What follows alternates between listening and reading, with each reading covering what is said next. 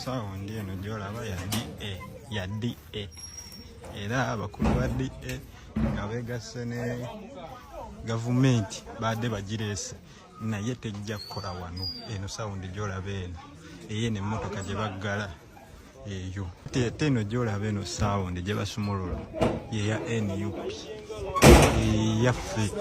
yeyaffe egenda okukola. Ogiraba yeyaffe egenda okukola. Kubagiza bannabuddu okubibwako omwana waabwe Sseggirinya abadde omubaka wa Kawempe ya bukiika ddyo.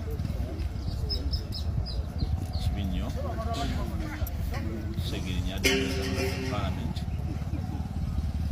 ensonga lwaki nalagiddwa commission okujja okukulemberamu enteekateeka okulaba nti Honorable Sseggirinya azikibwa mu kitiibwa ekigwanidde omubaka w'abantu.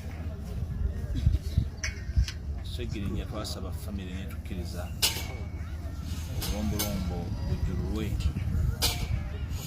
tutamuziika mangu sobola omukungubagira n'ekitiibwa kye n'abantu bawulire ng'omuntu waabwe tafudde kagenderere sikukoola oba kutyoboola naye baatukkiriza.